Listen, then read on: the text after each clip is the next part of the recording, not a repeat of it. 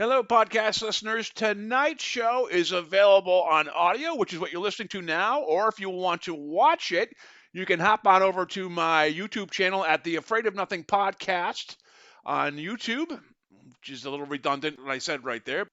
Anyways, this is a great little indie film that Kyle introduced me in. Kyle was in this like 15 years ago, then they took it off the dustbin, refreshed it up, and it's being released. It's a film called Mirror Life, Modern Zombies. And the filmmaker, Kazi Taganis, is here tonight with us.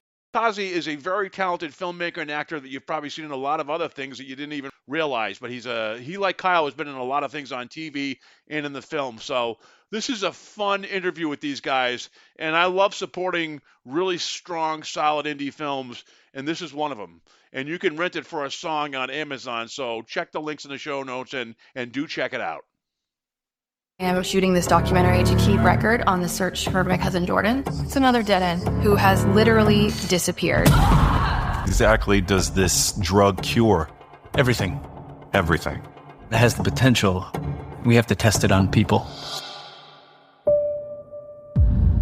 Just had a negative reaction. Are you out of your mind? You haven't felt any side effects? Good God. She's not contagious. Hush, little baby, don't say a word. Government conspiracy. What kind of shit was your cousin into? Mama's coming by in a mockingbird.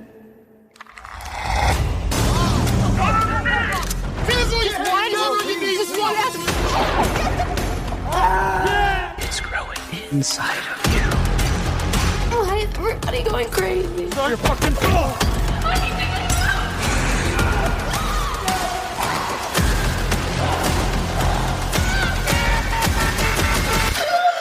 We only had good intentions.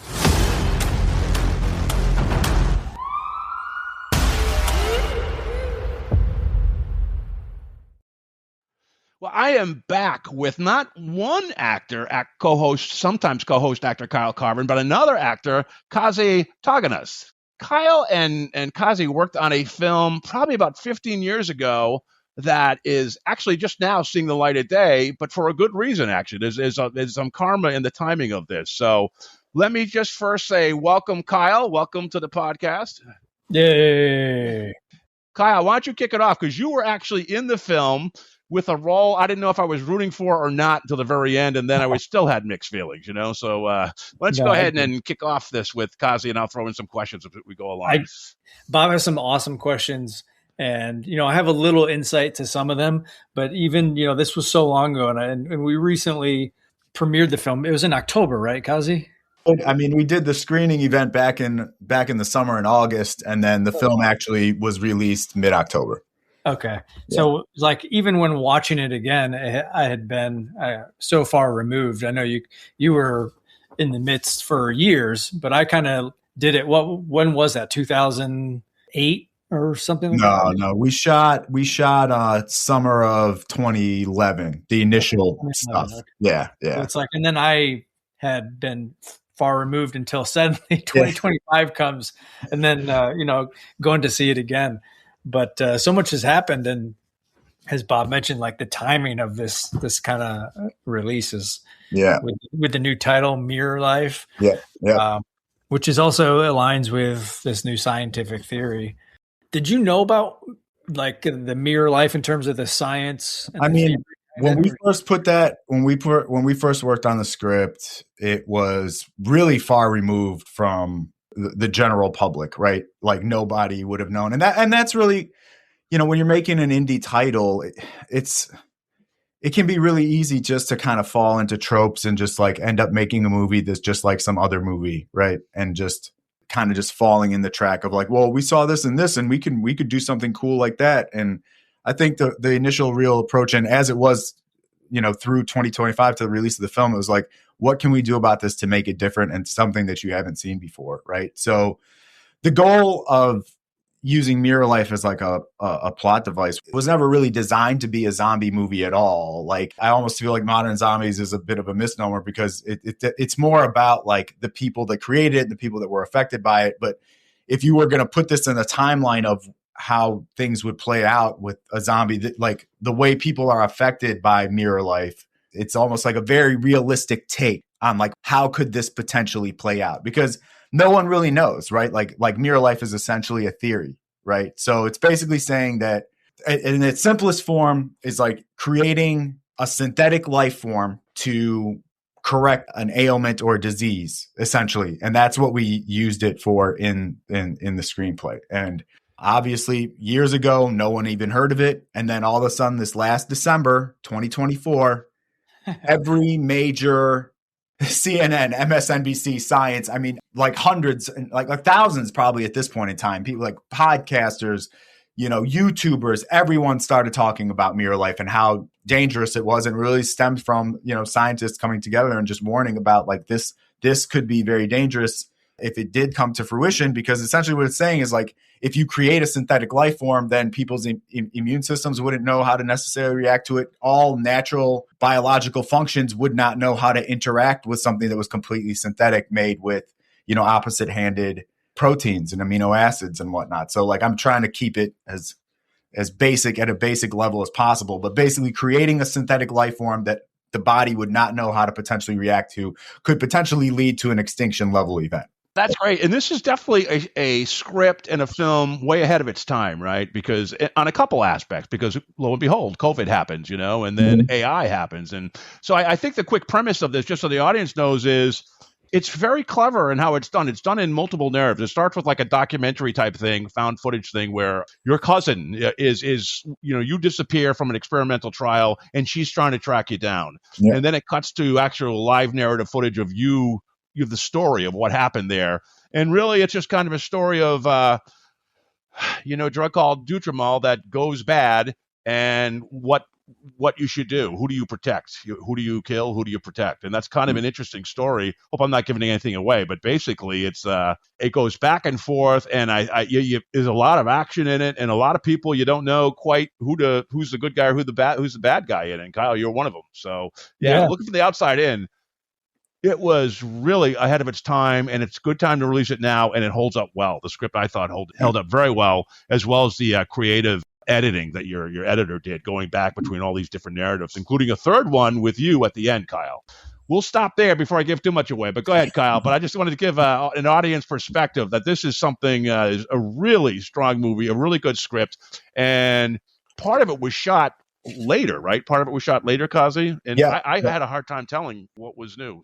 I mean, the initial cut of the film, I can only really talk from my perspective because of budget constraints. I mean, everything comes down to budget constraints. Like, this is like a, family, friends, Kickstarter, crowdfund, credit card type of a film, right? Like, there's no studio involvement whatsoever. We've got studio quality actors like Kyle and Victor and Courtney Cavanaugh. And, we had really strong cast, but this was like a fight for every minute of footage that you got, to put it together. So I think our biggest adversary in the real world, not in the film, was budget constraints. So, when you're trying to tailor the story and you don't necessarily have the budget to do the big things that you want to do, you have to get really creative. And over time, a lot of things happened. The film never got picked up. We didn't get distribution, the initial cut. Life happens. I got really busy in acting, and the film kind of just was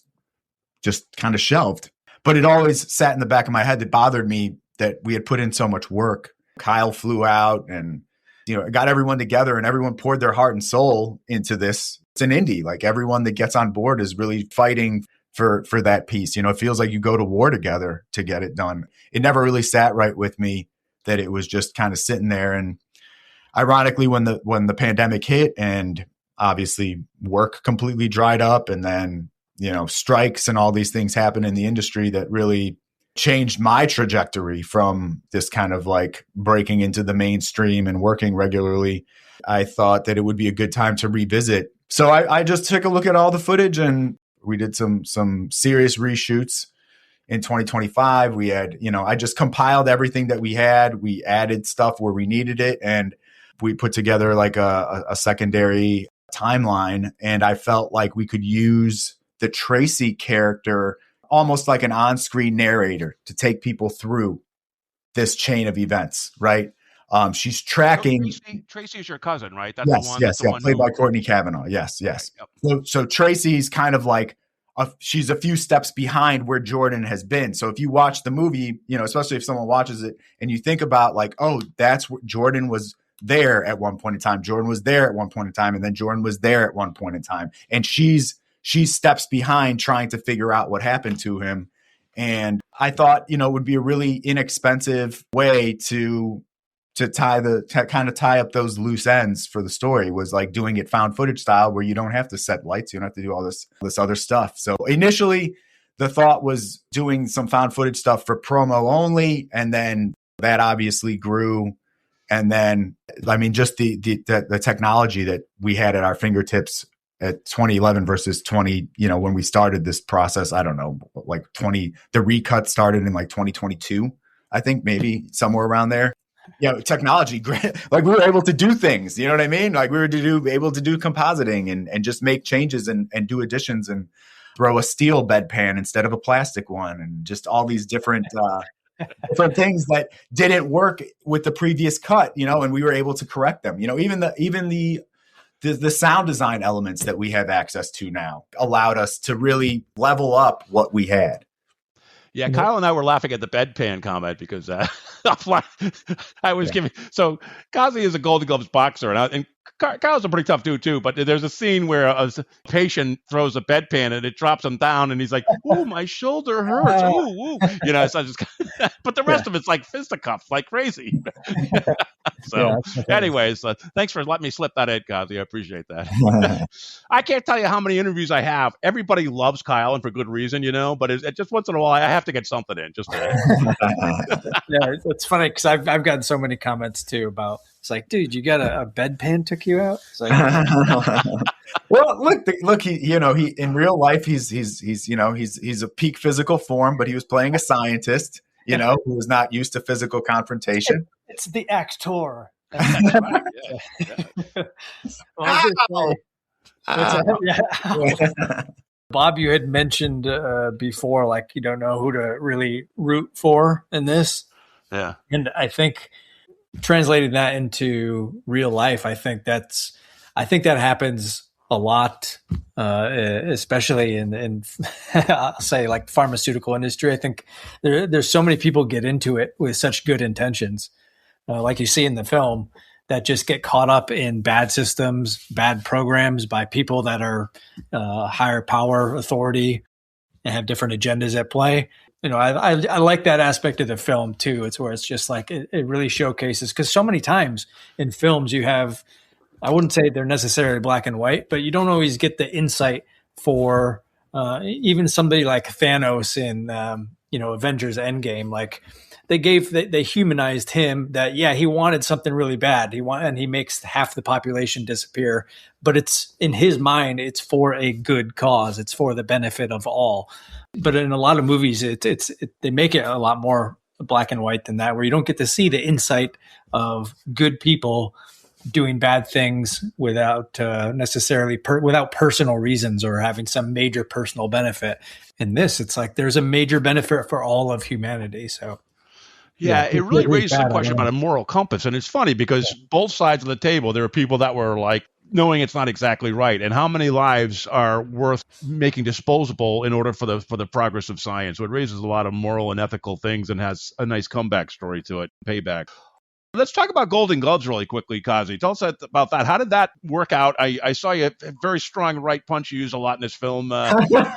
Is there? How did that help you with the physicality of the film and doing an action film 15 years ago?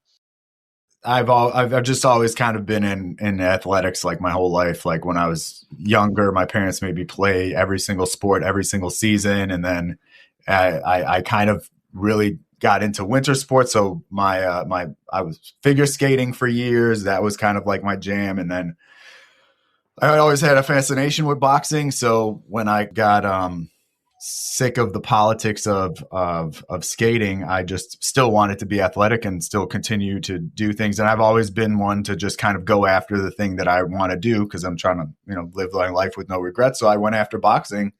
And initially it was just kind of trying to learn the skill, but then, my trainer, Cliff Johnson, I trained with him at Left Jab Boxing Club in West Grove, Pennsylvania. He kind of pushed me into, fighting a little bit. I'm really glad I did it. I mean, I used to own a 24-hour diner. If I hadn't have been boxing, there were numerous occasions where things could have probably gotten a lot worse than they did. But when when you've trained and you actually know how to fight a little bit, you don't get that adrenaline rush that people normally would get if a situation was arising. You can still think clearly, etc.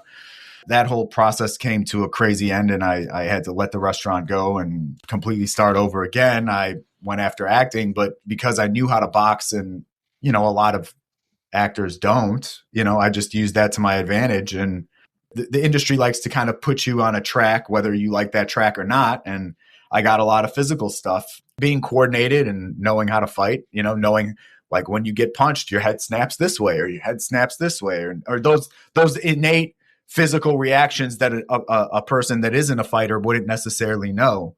There have been a lot of times that luckily I was coordinated and I knew how you would move if you were getting hit, et cetera, because the other actor on the other side didn't know what they were doing, right? But I could kind of compensate for that. So when we wrote the script, it was kind of like a given that Jordan was going to be physical, and things that were going to happen that were going to be very physical in nature, and he was going to be put in some very dangerous situations. And if you look at the picture, when Tracy flashes it up at the beginning of the movie, there's a T-shirt that he's wearing. He's wearing a Golden Gloves T-shirt. So we established a little bit that's where Jordan's right hand comes from. He was like he was a one-handed fighter, just throwing those major right hands. No, both were good, but yeah, Kyle, what did you think when you saw the film after it was recut? What was your reaction? I was actually, and I told Kazi that night that first I was just really proud to be part of it, which you can't always say as an actor. Like a lot of times, you know how it is. You kind of just have to take jobs when you can get jobs. It's just the way the industry works. Even the first time when I saw it, it was always a standout film. And then when I saw the second one, especially knowing that there was so much gap in between time of filming new sequences and such, it was so seamless that it was almost unbelievable that I don't think people would even know unless you're told that this was filmed at so many different 15 years apart or whatever it was. And so proud to be part of the film. So good. I said, Kazi, I told you that night, I think it's one of the best projects that I've personally feel I've been a part of. And I still feel that way. It's so good. I think, what you were just talking about, like the physicality of the film, oftentimes when you're talking in the lower budget indie realm, there's a lot of avoidance of action because that stuff takes most of the time you have to get like stunt coordinators. That's pricey, and that's like priced out of the budget for most things. So when you have people like Kazi and Mako who are fighting and they're used to fighting and they're in the film, like the amount of value that gives to the film alone also is such a highlight, and it doesn't detract because when you see the lower budget films that they know the violence is necessary, so they stick it in, but they don't necessarily know what they're doing. It sticks out and often detracts from the experience. So that was another thing that really played really well with the film. But I loved it, and I'm so glad to be a part of it. I'm happy you like it, brother. Yeah, well, I liked it too. From an outside looking in, man, I was very pleasantly surprised, and I was like thinking, like, wow, this is cut really well. The acting's really good, and the story, I didn't know where it was quite going to end. I mean, I had an idea, but I didn't quite know how it was going to end, and I was very pleasantly surprised. It's the right amount of time. You didn't go too long. It's like, what's it, like 90 minutes roughly, I guess, or around there. A little under, yeah. Just a lot of stuff really done really well, Kazi. What was your take? Were you nervous when you said, "Oh, I got to recut this," or were you really happy with how it came out, this final version? I mean, our editor, Aidan Kane, I mean, the movie is what it is because of his level of intellect and creativity and time. Because what we lacked in budget was made up for in time. And it was just like a really long process because he basically edited when he had time because he's a professional editor. That's what he does for a living. And works on really, really big things. He really liked the idea that I presented to him and had always really wanted to sink his teeth into something narrative and juicy and horror. And my thought was, I felt like what was missing from our early cut was there was a lot of tension that wasn't there that should have been there. And Aiden has like a incredible working knowledge of sound design. Like, so when he's editing, he's thinking of all of those elements. And, I told him, I'm really trying to give this movie, we need to capitalize on that tension, but we need to give this movie some jump scares because we have setups for them. And let's pull out all the stops because, you only have one shot to put a film out, and you just want to make it the absolute best that you can. And that was the thing, is like, some people may complain that it isn't a non-linear narrative. I could care less because I wanted to make something different. So whether someone likes it or hates it, they can admit that they never saw anything like it before, right? Yeah. Because you don't see movies that really do that often. Does anyone compare your film to any existing films? Because obviously you wrote it first and you did it, but has your film been compared to any other films, or is it just an outlier? We've gotten, I don't remember, someone said it had like a Pulp Fiction style, which, yeah, I guess it does, because Pulp Fiction, you're all of a sudden Travolta gets shot in a bathroom and you're like, what? When the first time you watch that, because you kind of like Vincent, right? And especially because you followed him around for that whole Uma Thurman story. So yeah. I think at the end of the day, like, people liked Game of Thrones, and there would be characters that would drop and you'd get pissed about it, but they kept watching, because I think at the end of the day, if you are going to make a movie or you're going to tell a story, and so many of these stories have already been done, you have to find a way to give people something different. But you do have a sect of audience that is okay with watching the same movie over and over again, just different actors, right? They're okay with that. This movie really isn't for them. This movie is for people that are looking for something different. And that was really important for us in the edit, is like, we wanted to give it a very unique flavor and give it its best shot of giving people a surprise, right? Like, oh man, that happened. Like, I remember when we're screening in front of the live audience, and there's a moment where someone gets offed, and like the whole audience was like, oh, and I didn't know how I was going to like what I was going to get in front of the live audience. I had no idea how, we poured hours and hours and hours and hours into this edit and reshoots and all this stuff, and we poured our souls into finishing it. So I didn't know how people were going to react. But then when the jump scares worked and, people were like oohing and eyeing, I was like, wow, we actually did what we set out to do. I really always felt like if you're going to put something out and it's like the first big thing that you're not big, but like the first thing you're putting out that has like your name all over it, and my name is all over it, I just wanted it to be different than any other project that you would be seeing. And I think we did achieve that. Stay with us. We'll be right back. This is an Afraid of Nothing paranormal podcast alert. $10 merch. $10 merch. That's right, podcast fans. If you go to our website, afraidofnothingpodcast.com, and click on the store tab, you too can find now $10 merch on the website. So not only can you get the great stuff like the hoodies and the t-shirt and the blankets and the glasses, you can also get stickers and bumper stickers and, well, a whole lot more. You need to see it yourself. But just remember this. $10 merch is now available at the Afraid of Nothing podcast store. Check it out. And remember, never be afraid to look good.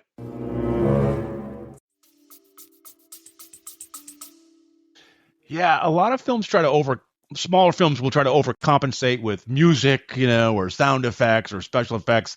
I saw none of that. I saw it was more restrained. You stayed in your lane for the most part, which makes it even more admirable and incredible that it works 15 years later, with the embellishments that you made. So that is a 1 in a million story, I think. You don't see that happen too often. I mean, I don't know, maybe you guys have heard of it, but to come back like that and to have the timing so perfect. Yeah, I bet you there'll be some copycats coming out of this, this style, and that's probably the ultimate compliment, right?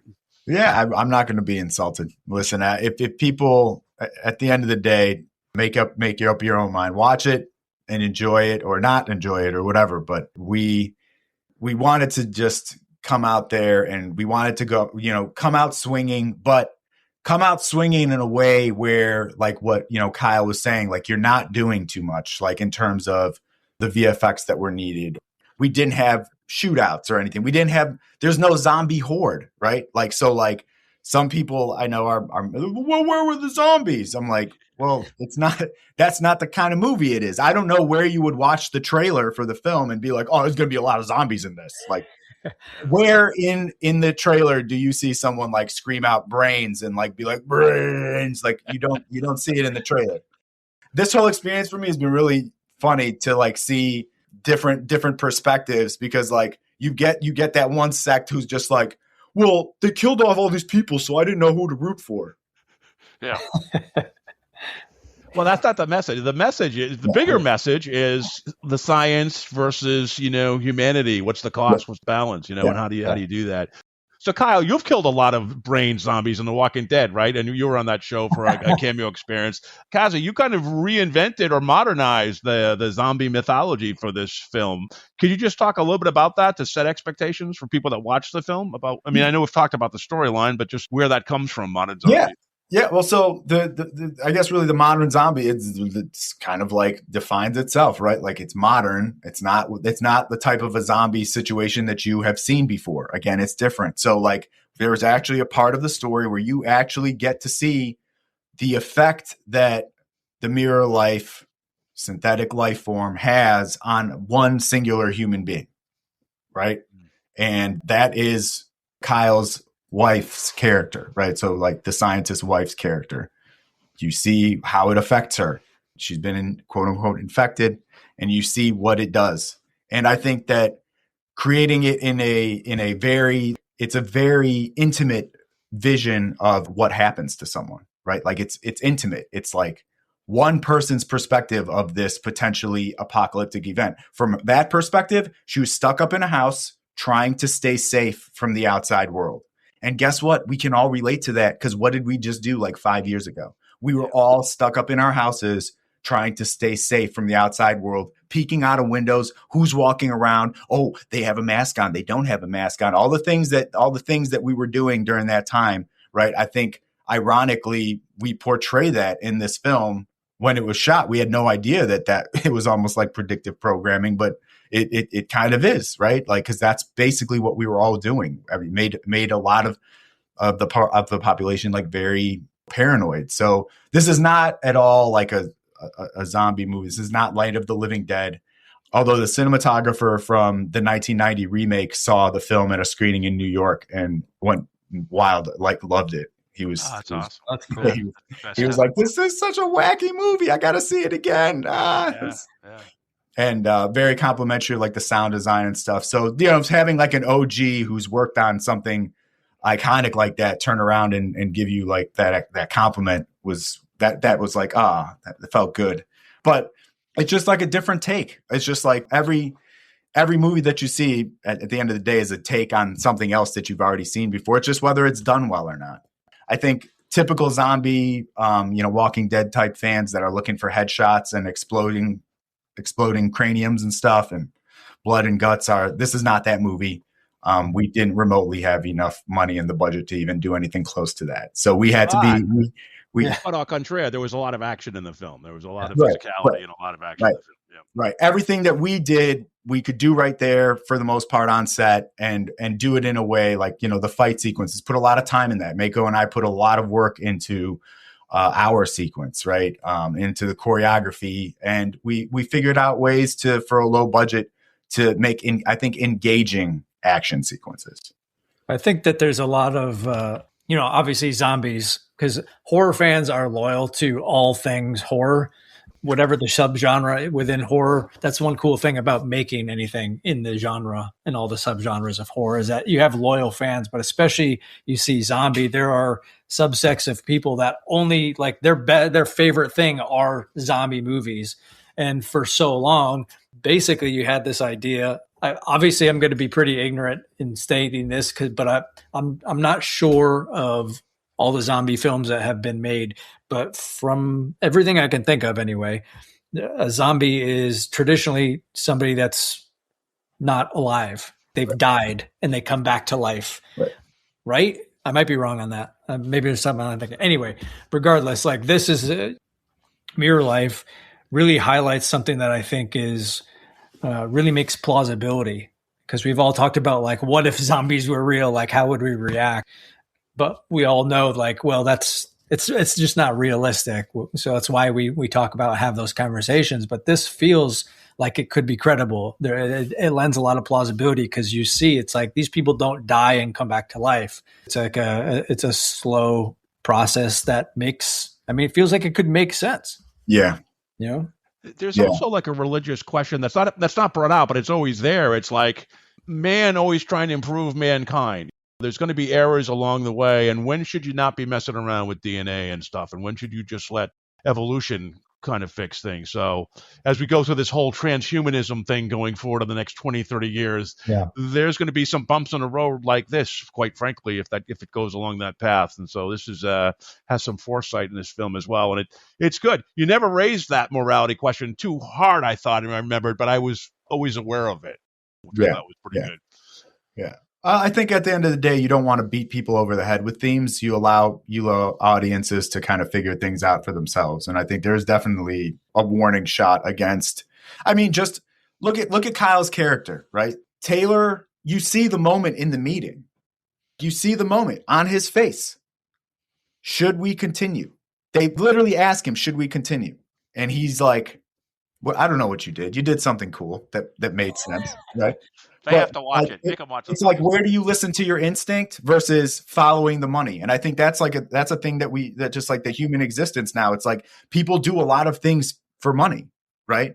They become unethical for money, because at the end of the day, they're like, okay, the people that I'm working for are doing something that could actually harm other people. I'm looking at these clinical trials, and this is dangerous, and maybe we shouldn't continue. Maybe I should say something, but then I would lose my job, and they would try to discredit me. People are put into these positions where they're faced with doing the right thing, taking the right path could become very, very, very difficult.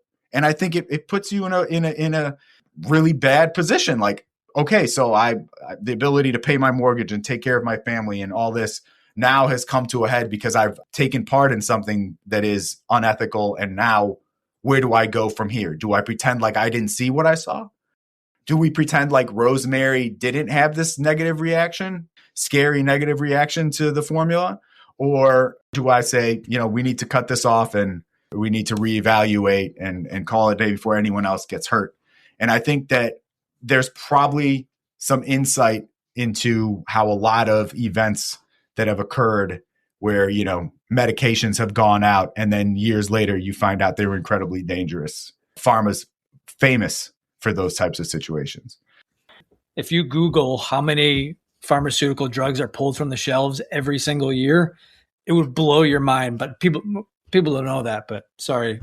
But that's a good point that you mentioned. No, and I wanted to. I think, I felt those scenes, the meetings with between the scientists and Gosling, I thought it was important to punch those up and really show the moral crisis that was happening, right? Especially with your character, since your character and Bristol Pomeroy's character Donovan were the two kind of forces behind the technology, and I think.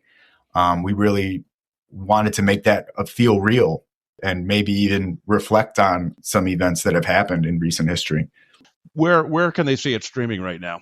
Right now, it's available to rent or purchase on Amazon, and you can also get the DVD on Amazon. I think we're on. You could rent it on YouTube, maybe Google Play, a few places, but for the most part, I'm just Amazon. If you've got you got access to Amazon, you can rent it. If physical media is your thing, we have we actually have a DVD with a couple of deleted scenes. We've got director commentary and a blooper reel, a pretty funny blooper reel. In The Office there. Yeah. So there's this scene where I don't think I met you before the film, right? No, we just kind of knew of each other through, mutual friends. But I was actually remember being intimidated doing that scene because I think up to the point in that filming, we had very limited time, if not any screen time, like shooting scenes together. Yeah. So I didn't really know you. I knew a little bit of things like, oh, this guy could beat my ass. This boxer, this big this big dude, and he's kind of like a scary looking guy to me. So in this, and I'm already, and my character's supposed to, I felt like you can actually see it in the scene, I think, where I'm a little like, I got to be careful of my approach of this conversation. But that was also me in real life, because I was like, I don't know what to think about Kazi. What does Kazi actually think about me? Does he regret hiring me? Does he want me here? Like, what is he thinking of me right now? So you can totally, like, that seems like a real thing. Oh, that's funny. I was just excited that we had a big Hollywood actor coming to our city. Yeah, right. Well, we both are now. What are some of the other things you've been in? Because you've been in a lot of shows like Kyle too, Kazi. What are some of the things that people can see that they may have seen you in, or that you're working on now? Yeah, I mean, I've done all the, I did all the New York shows, SVU, Blue Bloods. I don't know what else shoots in New York. I've probably done it. Sneaky Pete, TV, and then Equalizer 2, probably my most prominent role. Played one of the main villains in Equalizer 2. I was on the Equalizer show with Queen Latifah as well. I have to go back and watch Equalizer 2 now. I gotta, because now it's like ringing a bell. I'm kind of getting a connection, but I gotta go back and watch that. Yeah. Dolomite Is My Name with Eddie Murphy. I feel like I've been blessed enough to have been able to play characters where when people watch it, they don't recognize me. And I love that. Like, people don't even realize I'm in Dolomite because they put a wig on me. It's very period piece. They're just like, wait. And they go back and they're like, oh my God, he's like all over the film. Right. So yeah, I've been fortunate enough to have gotten these really big Hollywood films and shows. And, like Kyle knows, like there's a difference between just being a screw that's getting drilled into like this structure being built, and then being the one that's actually building the structure. And I can definitely say that content creation, I'm incredibly grateful for the roles that I've gotten and the resume that I've been able to build up, but nothing feels the same as being able to create your own content and tell the story that you want it to be able to tell. And like Mirror Life is one of those things where I'm just like super proud that we were able to finish it. It's out there in the world for people to see. But also I did like a short film a few years back, Standing 8, which was it's also on Amazon. That's about a boxer who was diagnosed with lupus and then forced to retire. And my mother has been suffering with lupus since before I was born. And that was like one of those projects that obviously made no money because it was like a short film, but we got it out there to the world. It meant a lot to the population suffering from lupus. And that was like one of those points where I was just, content creation is really, when you are the painter and the canvas and you are the one making the art, like really making your art and doing it for something that's meaningful, like raising awareness for lupus. That's the stuff that you feel the best about. At least for me. I don't know how it is for Kyle, but like for me, being able to like see the project from inception to completion is probably one of the most satisfying things. And then just having whatever you do actually touch someone or actually, bring value to someone else's life is it's a really good feeling. And then you're not just being like an entertainer. You're going beyond that. And I think that's kind of a path that a lot of creatives, don't take. They kind of just rely on their managers and agents just to land them projects. And trust me, content creation ain't easy. Finding money, not easy. Ask for a credit score. You know what I'm saying? Like, it's not easy. Do you have another script in your drawer somewhere that you want to dust off and remake now that you've kind of been inspired by it's the hope is not lost, that it can always resurrect something? Is there anything that you have that you'd like to do? Well, I mean, I definitely have a bunch of feature scripts that I've written. I definitely would love to work with Kyle again. That's for sure. I know Kyle's got some great stuff up his sleeve. I actually run a film festival now. Kyle showed a few pieces there, but there was one that spoke mostly to me, which was about a paranormal investigator called Host Gunter, which was one of the funniest shorts I've ever seen in my life. At this point, I think my focus is, just surviving in this crazy economic climate that we're in, but like, still finding a way to maintain my storyteller status. So a lot of that has to do with what kind of budget you can drum together. I hope that Mirror Life is able to give me sufficient credibility to be able to do another thing. But if it doesn't, I'll find a way, because if I don't create, it's kind of like, you ever see that clip of Dennis Hopper where he's like, create or die? Yeah. And it's kind of how I feel like I can't take too much time off from being an artist, because it'll start to it'll get to you.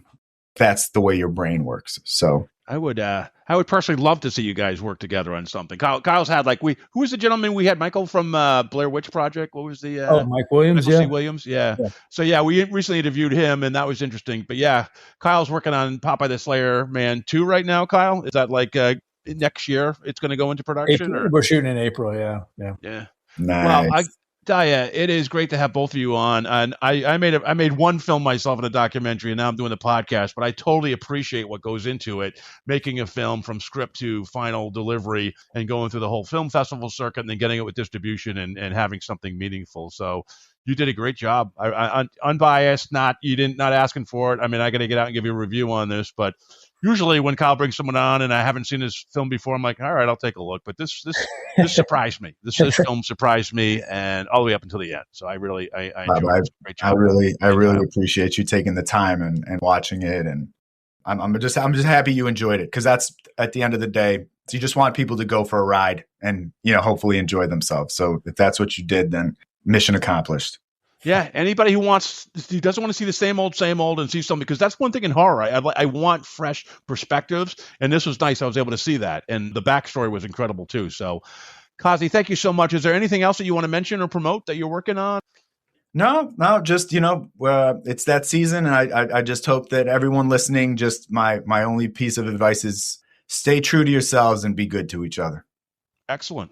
Kyle, what about you? Let's give us a closing comment from you. As you head into the new year, you're a new father, and you're still in the acting business, and you're still a filmmaker. Any thoughts on you, or anything you want to mention you're working on as we head toward the new year? A great man once said, "Be true to yourselves and be kind to each other." So I think those are great words. Okay, that's excellent. Yeah. But thanks both for your time today. It's always a good time to come on and chat with everyone. So thanks again for hosting, Bob. It's my pleasure. Really enjoyed the movie again, and look forward to seeing it do great, and look forward to your next thing for both of you that you work on. Thank you. Awesome. Happy holidays, gentlemen. Take care.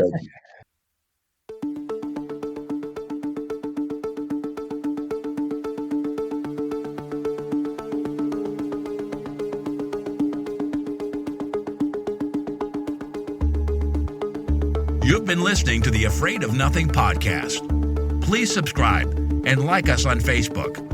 Until next time, stay scared.